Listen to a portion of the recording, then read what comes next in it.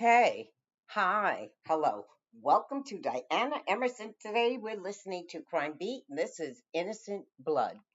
Welcome to Crime Beat. I'm Anthony Robards. Tonight, after their loved ones go missing, two families are connected forever by a grisly discovery. As I got to the pier part of the harbor, as I looked down, I could see the torso on the harbor. Panic. Absolute panic. On the cover, and I'm on site, probably pulled back about 10 pounds, 15 pounds of it looked like flesh type of stuff. I wasn't really sure, and the officers themselves weren't sure what they were dealing with. Later on, when I saw it, I knew that. A 45-year-old man has been arrested after a body was discovered inside an Oshawa basement apartment. There is nothing that anyone could possibly do that would deserve such a mortifying and morbid, psychotic outcome. After collecting bags of evidence from this house, police say they stumbled upon the DNA of another unidentified missing Oshawa teen. So they asked you for your DNA. Yeah. As time went on, it just got worse.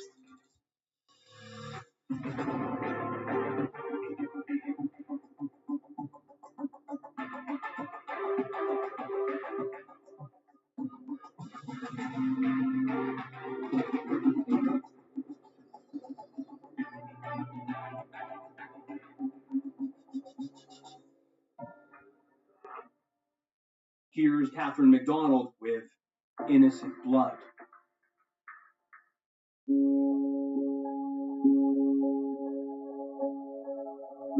How long were you down at this beach? For at least a week, because I had our PO unit, our ground search did the entire area. And where was Torson now? So right about 3/4 of the way up the pier. A gruesome discovery near a popular GTA beach. You received a call from a fisherman. Our officers confirmed that a torso was found of a female. The disturbing details police are revealing early in the investigation.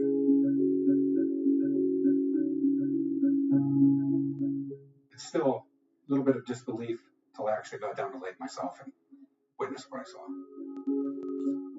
The officers had it all taped off at the crime scene. And as I got to the pier part of the harbor, as I looked down, I could see the torso on the harbor, kind of with 3/4 of the way down. It had been pulled out of the water and was sitting with a fishing net in the middle of the pier.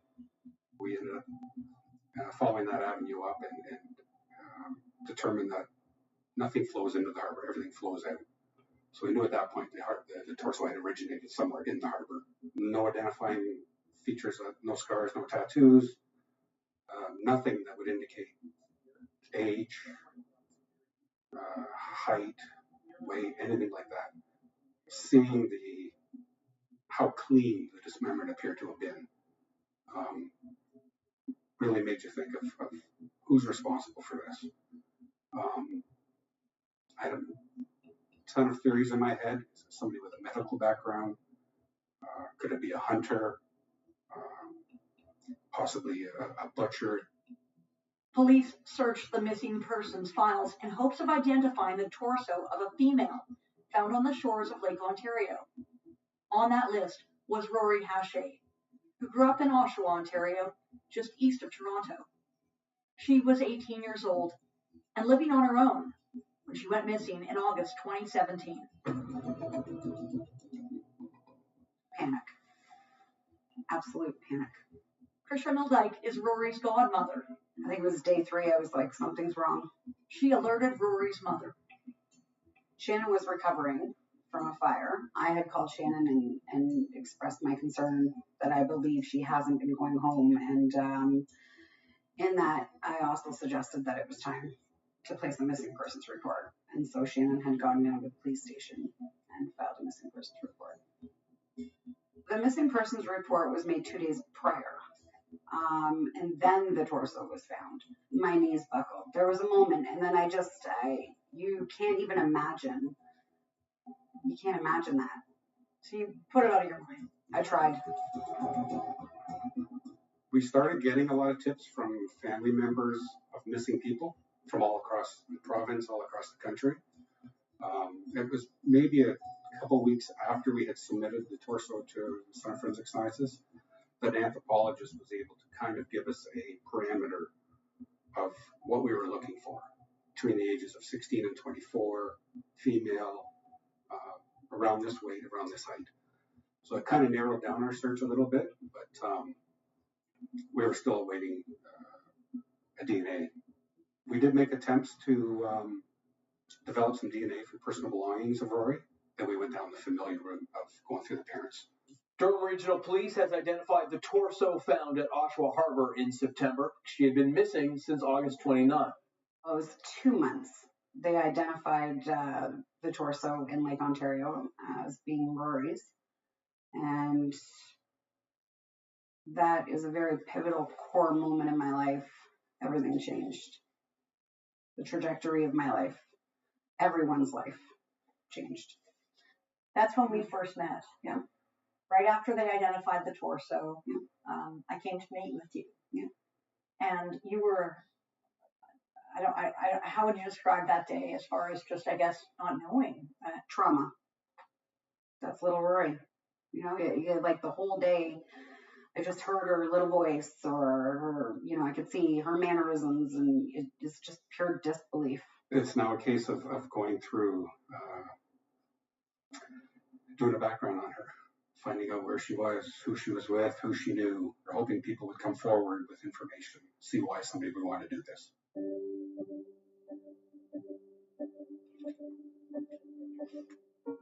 One of my favorite pictures. Shannon had spoiled her when she was the only girl out of the group.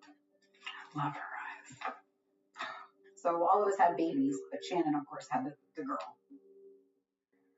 You and Rory's mother were friends, I gather. Tell me how you became godmother. I was kind of like, you know, chosen.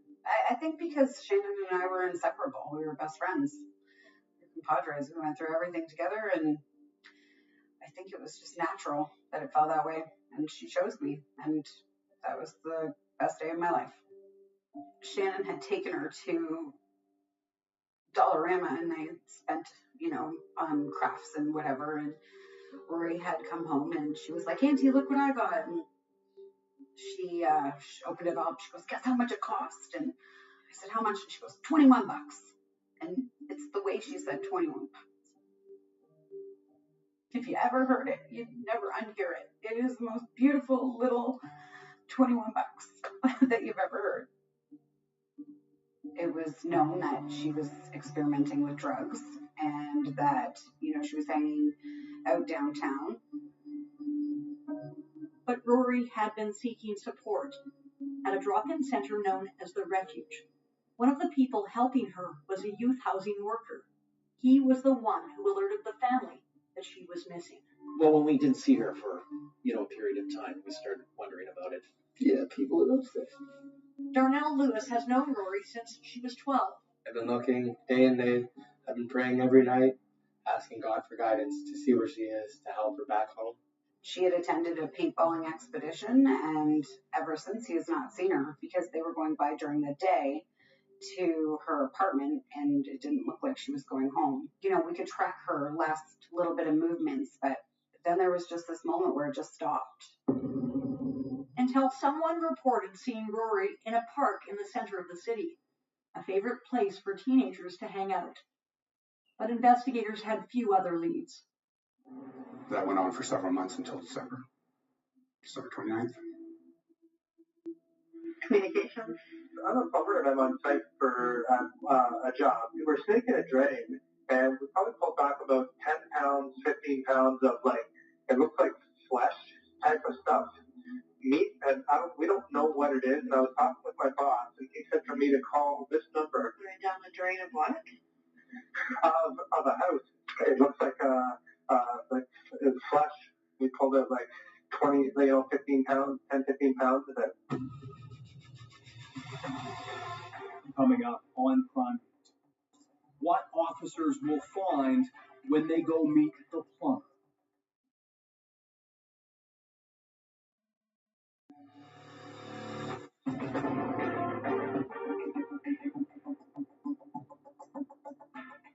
A plumber has called Durham police to report a flesh-like substance clogging the drains of a home in downtown Oshawa.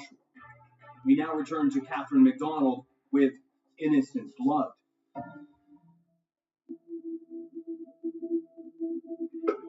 What's the address, sir? It's 19 McMillan Drive. I got notified by one of the investigators about this ongoing call in Oshawa. When we started mistaken, we've been working on it for like 3-4 hours now, right? Oh, okay. And we can't get it clear, but we keep pulling back chunks of, whatever the hell it is. I called the staff sergeant at 17 to find out what was going on, and ended up forwarding me some pictures that were taken from the house. It's hard to describe other than it's just fleshy and muscly type of, and it was strips of it, upwards of like one piece we pulled out was like probably about, 18 inches long. So at this point, you're just getting pictures of the toilet. What was being removed? What did you think it was? What were you thinking as you saw these photos? I wasn't really sure, and the officers themselves weren't sure what they were dealing with. Later on, when I saw it in person, exactly what they removed, I knew then, once seeing in person what it was. Police would determine it was parts of a human body. At this point, they interviewed the occupant of the basement apartment. Shortly after, I then became aware of I spoke with Adam. When you heard about those utterances, The gig's up. It's a body. And if you want to find the rest of her, she's in the freezer, and she's pretty defleshed. A 45-year-old man has been arrested after a body was discovered inside an Oshawa basement apartment. At around 7:30 Friday night, officers were called to a home on McMillan Drive where the body of a woman was found. He didn't say her name. He didn't say exactly who he was talking about, right? At that point, did he? Not during his interaction with the officers. I don't want to describe him as an intelligent person, but I've always thought of him as internet smart. Very sure of himself. So, Adam, my name is Detective Short. Hello. My first name is Darren. This is Detective Durango. And what's your name? Adam. Last name? Strom. Okay. Just want to go over some things here with you, Adam. Still not connecting it to Roy at that time. Is it likely going to be connected? At that point, you're thinking possibly, but until you get some sort of concrete fact or evidence to show that it was her, it was just another case to come in for. As of right now, what I want to tell you is the charge you're going to be facing right now is indignity to a body. I don't believe he ever mentioned her name during my interview with him. He clearly, although he denied it, was aware of police interviews. There was several times during the interview when he would do things knowing what we were trying to do. That this girl that we've been investigating, her name's Rory. We've got a fairly extensive team working on it, and she's touched all of us. Okay? We'd really like to help the family out, and we'd like to help her. My question to you is the person in that freezer, Rory. I decline to answer that question. Okay. You're saying you decline to answer. You're shaking your head this way. Does that mean anything? No. some point during the interview, I got notified of what they had found in the freezer. So I knew it was Rory, based on a tattoo. And I confronted Adam with that during the interview. I am going to go on the assumption that that is Rory in the freezer. So 100%, I'm going to say it's her. How did you know Rory? I'm not saying anything, I'm sorry. Did you kill Rory? Sorry, I'm not saying anything. At that point, we had no information to suggest how Rory died. To lay the murder charge, I obviously need the evidence to suggest she was murdered. We had no cause of death. This house where the remains were found is just over half a kilometer away from the park where Rory was last seen. There is nothing that anyone, let alone Rory, could possibly do that would deserve such a mortifying and morbid, psychotic outcome. Forensic investigators remain here at the house, scouring the property, Their work is still not over. Why so long? It's a big scene. Just being thorough, making sure we collect all the evidence we need. I was really frustrated at the process of why we weren't getting a murder charge. I'm begging you not to make murder out of him. This is not a man that deserves any recognition or fancy titles. Okay, you want to put a title to somebody, you put it to my daughter. My daughter was innocent blood. Rory was putting the right foot forward to make changes in her life. I had a feeling because I didn't feel like it was just Rory, and something had to be holding them up. Is there other people we should be worried about? Is there other girls out there that we should be worried about that are missing? Just the one. Coming up on Crime Beat. Are there other victims? That's after the break.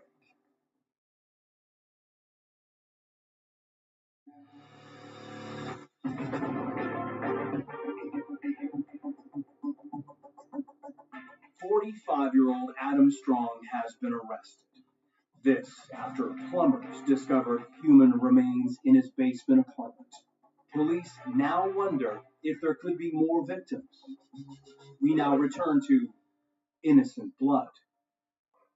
We had sent down maybe 8 or 9 pieces of evidence. And one of the items we had sent down was a Wyoming knife, which is a specialty hunting knife. I can remember sitting at my desk reading that report, expecting any DNA on it to have been found to have been Rory's.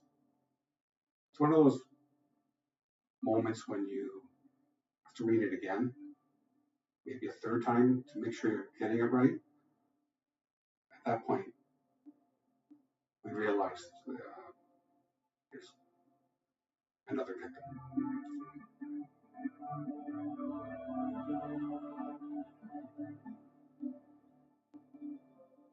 After collecting bags of evidence from this house while executing a 4-week search warrant last January, police say they stumbled upon the DNA of another unidentified missing Oshawa teen, now believed to be that of Candace Fitzpatrick, last seen in 2008, but not formally reported missing until 2010. We now have two female DNA profiles, one confirmed to be Rory and the location of Rory in there, and now this unknown female DNA profile. When Rory was reported missing early on, they had started some Facebook sites and some other social media sites for people looking for information on her whereabouts.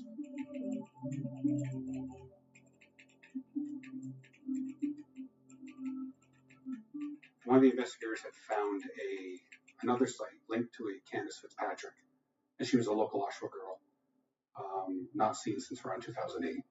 We had no link between Candace and Adam Strong. Quickly learned that Candace and Rory lived the same lifestyle, frequented the same places.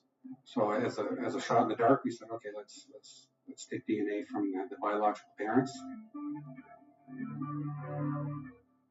I was called by Durham Police on April 30th, 2018, when they said that they couldn't tell me anything. All they said they have DNA, unknown female DNA, and a crime scene. That's all they could tell me at the time. So they asked you for your DNA? Yeah. Did you know about the torso? Did you know about Rory Hache? Did any of this? No, none of it clicked on me. I heard of what happened with Rory. I heard of the torso and everything, but no, nothing clicked on me. And then they arrested Adam Strong around just after Christmas, 2017. Did anything twig with you there? No, so you continued on with your life, and then the phone rang one day. Yeah, it's July 9th, which was Rory's birthday today. They notified me that it was a DNA match for Candace. It was devastating. Broke my heart. Destroyed me. Absolutely 100%. And anytime you tell family or the parents of locating their DNA in a residence, widely publicized as much as 19 McMillan has been, it's shocking to them. I knew she was murdered then because they told me where they found it, right? When they found Rory's remains. But they didn't charge him with murder. No.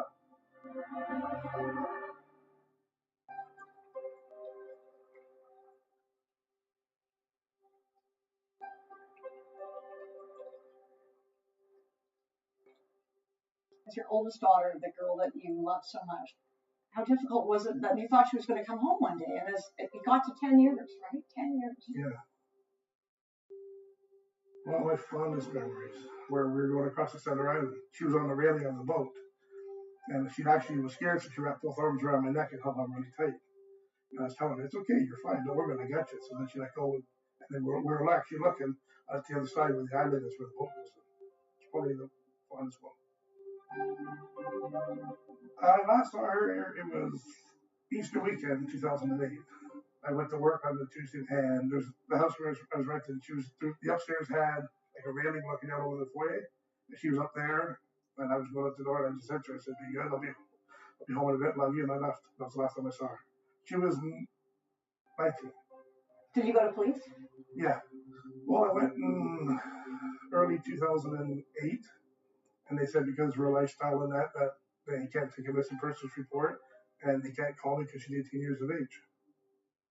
Whatever, and then went back again in 2009, did the same stupid story, but they couldn't do anything for me, and no, they didn't care. She was on the drugs at the time, but that was something that wasn't her fault. She went through something really traumatic that got her to the drugs. Did you try and help her? Tried everything I could, everything. I was used to her not being home for a week, 2 weeks at a time, but never longer than 2 weeks, and she'll always tell me, I'll always call you, come see you, or something. Where would she go? Downtown Oshawa. I'm going down there. So at what point did you say, oh my God, she's not coming home? I always thought she'd come home, always. Up until even the time when I got the call from Durham Regional Police 10 years later. I still thought eventually we were going to find her. There's different stories going on. One was somebody that knew her really well said she left with her boyfriend and went out west to get her life together. And I heard that a few more times, so that's what we thought happened to her. Global News has learned Fitzpatrick's last known sighting by her sister was here at Oshawa's Memorial Park, the same park where Rory Haché was last seen in 2017. Police have yet to find Fitzpatrick's remains, but have executed another search warrant in an effort to find those remains. Durham Police would also like to speak to anyone who helped Adam Strong tow his 18-foot boat to any body of water in the Greater Toronto Area, or anyone who had contact with him from the mid-1990s until his arrest last December.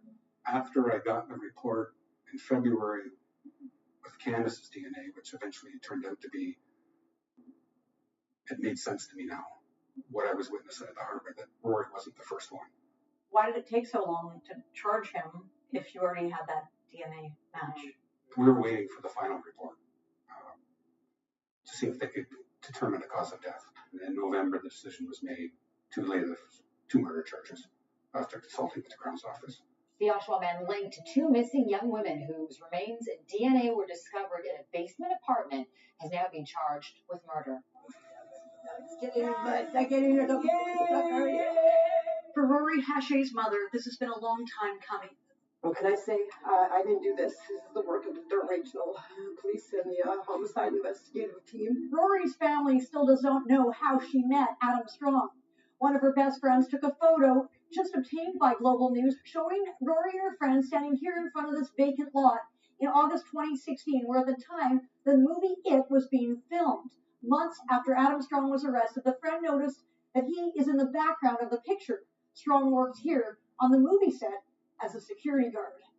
And I was like, wait, what? But you never imagine that it just keeps getting worse. It's just getting worse.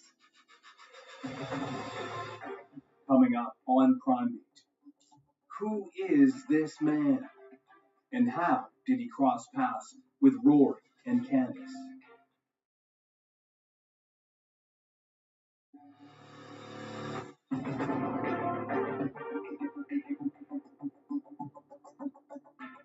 Adam Strong has been charged with 2 counts of first-degree murder in the deaths of 18-year-old Rory Haché and 19-year-old Candace Fitzpatrick. And police are about to embark on a marathon interrogation session. Now back to Catherine McDonald with Innocent Blood. So what do we know about the accused Adam Strong? Global News has learned that he recently worked as a security guard on the set of a movie here in Oshawa, and in the past 5 years had 2 jobs at separate gas stations in Ajax. How long did he work here? Maybe a year. Joshua Evans worked with Strong at this gas station and says he was always friendly. Why did he leave, you know? Reasons that he was not allowed to stay. Did he do something? I'm not allowed to say. I did nothing about it. I didn't read about him, didn't look through my Facebook, nothing. Didn't want to know anything about him. I wanted to know everything. I delved into his Facebook. I just stared at him for hours, just trying to reconcile. And I still couldn't. I mean, there before me was this grotesque predator. Strong also frequented a number of Oshawa outreach centers, including the Backdoor Mission, just a few blocks from Memorial Park. Anything about him do you remember in particular? No, not really. He was a pleasant individual. He seemed to be, so quite shocking to find out. Did you ever talk to him? Yeah, all the time. What did you talk about? Sports.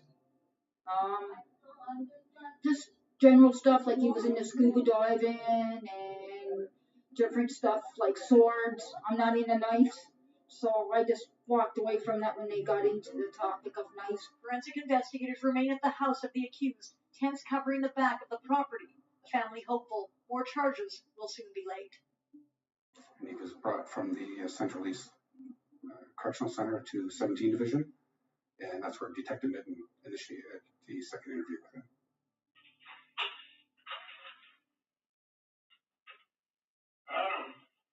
How you doing? Good, you? Had better days. Oh, I'm sure. Paul Mitten. I'm strong. Adam, you call me Paul today. All right, Paul. Speak for 11 hours. I'm in a room in the building, watching it live. I don't know if she was sleeping on the Oscar Creek. I don't know that for a fact. I do. Okay. Not more than 300 meters away from my house. During the interview, Adam Strong would finally acknowledge that he knew Rory. But every time you seen her coming to my house, you would see her leaving. Where was your last conversation? I'll tell you. That's why I'll tell you. I'm here to share the keys. We got her on video near the emergency doors at the hospital. Really? In Oshawa, yeah. August 30th. Okay. Security footage now placed Rory at Oshawa's Lakeridge Health Hospital on the night of August the 30th. A nurse said she'd turned up asking for a prescription, but left before seeing a doctor. I know you said you saw her and you knew she was living down by the creek. I don't know if you knew her prior to that, or you just met her for the first time, and she ends up back at your place. I don't know that.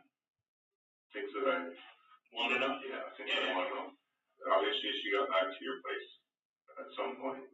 So we obviously ended up with Rory dead. Apparently. Well, she's dead in Leeds. Yes. And you clearly said I disposed of her. Yes. You're holding your cards about how you got her to the lake, which I don't know what difference does it make? Detective Paul Mitten kept probing for answers, trying to piece together the timeline between Rory's torso being discovered on September the 11th until the call from the plumber in late December. So Rory's torso pops up on the 11th, and I think you said it was Christmas Eve that you spent. And is that when you started? Started dissecting the flesh off the bones? Yeah, fleshing, yes. She took up a lot of room in my freezer, yes. You know, I was sitting down in my basement after the plumbers left, and I was like, am I getting rid of this? I don't know. Should I leave now? Like, there's no way you're getting around that I chopped her up. There's no way. And what were you going to do with the bone? I would have pitched it out in the lake. Is it safe to assume as an investigator that Candace was similar? I can't go into that. How did you meet Candace? Getting him to admit that he knew her was a big step for court. You know what? So long ago, I have no idea. Do you remember that you met her like more than once, or was it just one time you met her? Sorry, because every time she came to my house, she left my house. Under her own power. It was both. The Wyoming knife, when that came up during the interview? I'm pretty sure I have an idea of the to have Adam tell us what it was, where it was, and what he should have did with it to avoid that charge was a huge part of the outcome on Candace's trial. Given the fact that we're gonna assume because of tissue found on that knife, that gutting knife, that came back as Candace's. Why not use that on Rory? Didn't even think of it because her DNA wasn't found. Didn't even think of it. Okay. Didn't even remember I had it. I can't see. I'm trying to picture a tool like that skipping your mind. Darren Short, when I interviewed him, said the fact that he kept that knife all those years, that was a mistake. Huge. You got to remember, Candace was killed 10 years earlier than this, so there was very little evidence for Candace. It's just because he was a procrastinator, piece of crap, that they found her DNA on that hunting knife and her blood in the freezer. I'm a real bad procrastinator, and that is really a detriment to myself. Definitely me over. Would there be any possibility that something could be recovered of Candace's remains? I can't say that based on Rory's fate and where she ended up. I would assume it worked in the past for you. Okay. And again, assumptions get me nowhere. I'm just hypothesizing with you. So I would assume that Candace has had a watery end as well. I can't. No, yeah, I just logic tells me it worked before. Why would you change? Shouldn't they have found her then? I knew going into the trial, we had a lot of evidence for Rory. I was concerned about the lack of evidence we had in relation to Candace. They had one shot at this, so they had to make sure everything lined up 100%, because if they didn't get the conviction, he walks, that's it. He's free. Coming up, the disturbing details revealed at trial. That's next.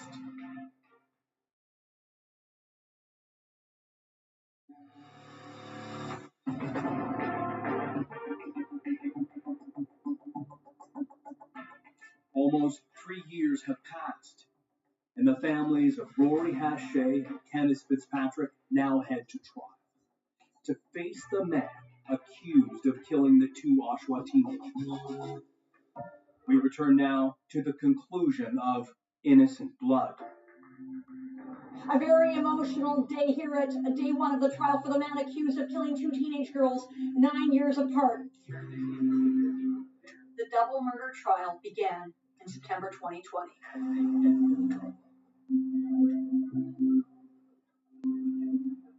That was the first time that both families came together, opening day of this trial. To see Candace's family, there every day, it was a very bonding moment, because you're all alone.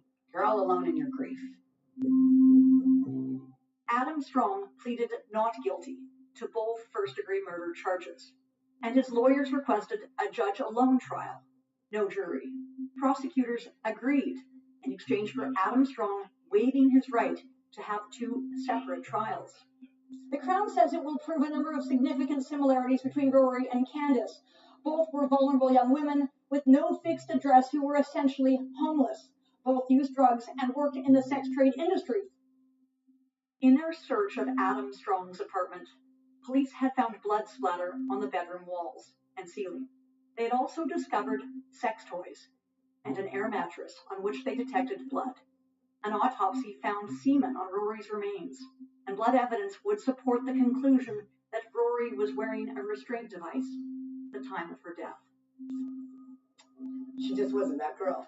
She wasn't that girl. So she ended up in that position. Somebody had to have encouraged it or assisted in that, because that wasn't my girl. Worse than your worst fears.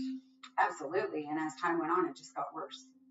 Very vulnerable, which I think is what Adam Strong was looking for. I think that played a huge part.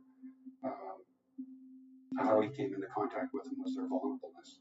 And they left my apartment when? Like, took all their down? While Adam Strong maintained that he did not kill the two women, his lawyers conceded that he did dismember them.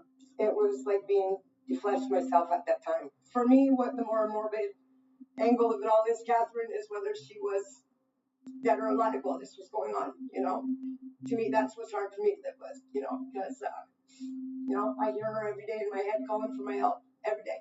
Even right to the last day of her life, her mother was her best friend, and I'm completely confident that she screamed for her. But there would have been no one around to hear her scream. The upstairs apartment was vacant at the time.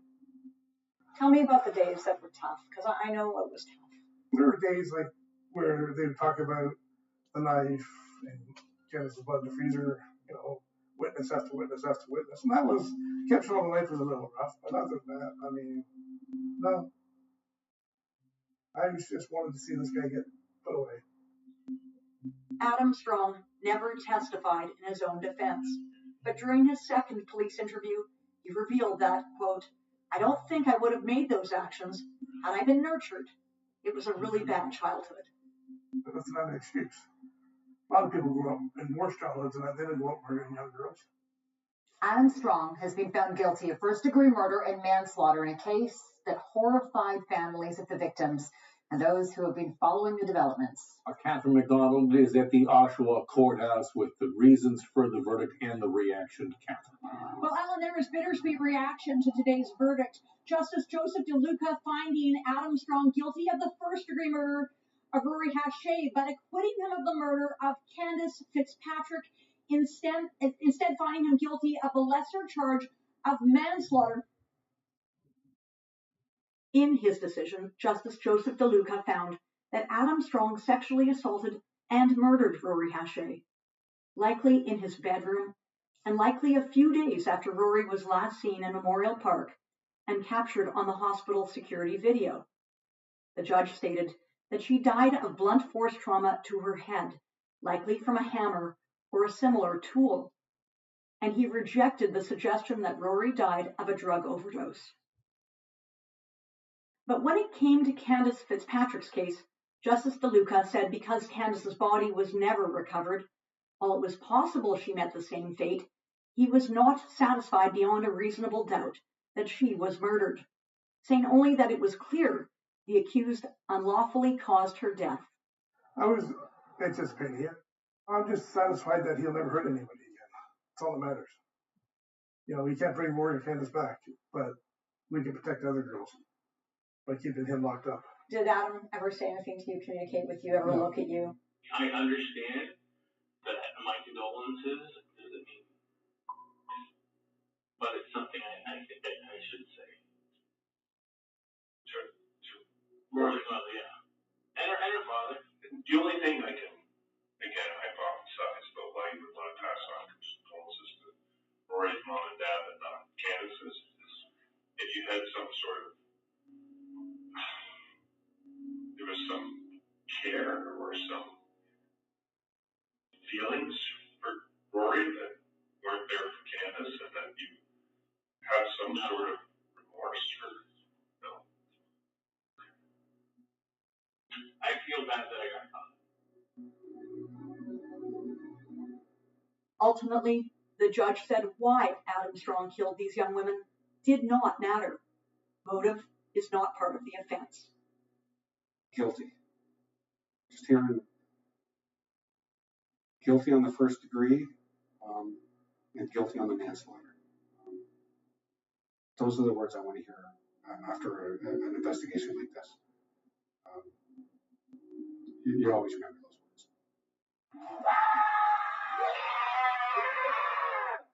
The 48-year-old was sentenced to life in prison with no chance of parole for 25 years for the murder of Rory, to be served concurrently with an 18-year sentence for the manslaughter of Candace. It's Candace's day, Rory's day. It's both their day, really. You know, they've each had their time. Friday they can both rest in peace. There's no closure. You can't hear what we've had to hear about our girls. like, and get past that. If I could have one more minute with her, I would tell her everything I didn't tell her enough while she was here. How beautiful she was, how smart and strong she was, what a kick-ass girl she was. Rory definitely was on the right path to overcoming some of her problems. That drug-filled world is the one that she got caught up in. She got caught up. So did Candace. Yeah. And it's easy, right? And you see it still. Yeah. And do you worry for those kids? I do. I really hope that the city of Oshawa gets it together and they start honing in on this, because it will swallow that city and it will take all of our kids with it. Adam Strong is the worst case scenario. He is worse than the worst scenario. But if there's one Adam, there's another one somewhere. One of the things we talked about, we heard outside the trial a lot, was it took Rory to bring Candace home. No. I'm tired of hearing that. But at the end of the day, if he hadn't been caught, if Rory had not come up on... What brought Candace home was a complacent murderer. He was complacent with what he did. He figured he got away with Candace, he's going to get away with Rory. There's more. There's before Candace, there's another one. Guaranteed. I truly believe there's another one before Candace. Do you think police will ever find that victim? No. As of right now, Adam Strong did not talk about there being other victims, but at one point suggested he was not seeking the notoriety of being a serial killer. How could it just be two? The thoughts crossed my mind. And when I retired, there was no evidence to suggest there are other victims. But common sense would dictate what you do in 2008. You don't maybe wait till 2017. But Durham police will continue to keep that file open just in case, I'm sure. Yes. Yes, they will. I'm still holding my breath. I'm still just waiting. And I know that the appeal timeline is up, so that part makes me feel a little bit better, but I always feel like there's a rebuttal coming, But right now, I miss her, and I miss her for everybody. I miss her for Shannon. I miss her for her aunts. I miss her for her uncles. I miss her for everyone. I miss her for myself. It's so easy to get lost in the narrative that's been provided. Oh, these are prostitute, drug addict girls. But that's not the case. It's, we had a kid that had an education. She was a cadet. She was like an active member of her community. Drugs took her the last year of her life down a rabbit hole. And it can happen to anyone's kid. And how do you want her remembered? Doesn't it? Young, innocent girl. That's my daughter. An amazing kid. She had a heart of gold. She loves her younger sisters and brother. And she's part of your family. You still talk about her all the time with the kids. Always talk about her. Well, somebody had asked me one time, do you know that Candace girl? I said, yeah, she's my daughter. I didn't say she was my daughter. I said, she is my daughter. She's still your daughter. She always will be. I've got 3 daughters. One of them the exact age of Rory and Candace. But you do your job. That's why I've always on my desk kept pictures of each case I had. I always kept a picture of the victim on the case to remind me every morning why we're there doing what we're doing. And I had a picture of Candace, and I had a picture of Rory. She found the best in everything that was wrong. In all the faults that you could find in others, she'd find the good. She had so many wonderful qualities, and I'm going to remember them the rest of my life because they help. They help.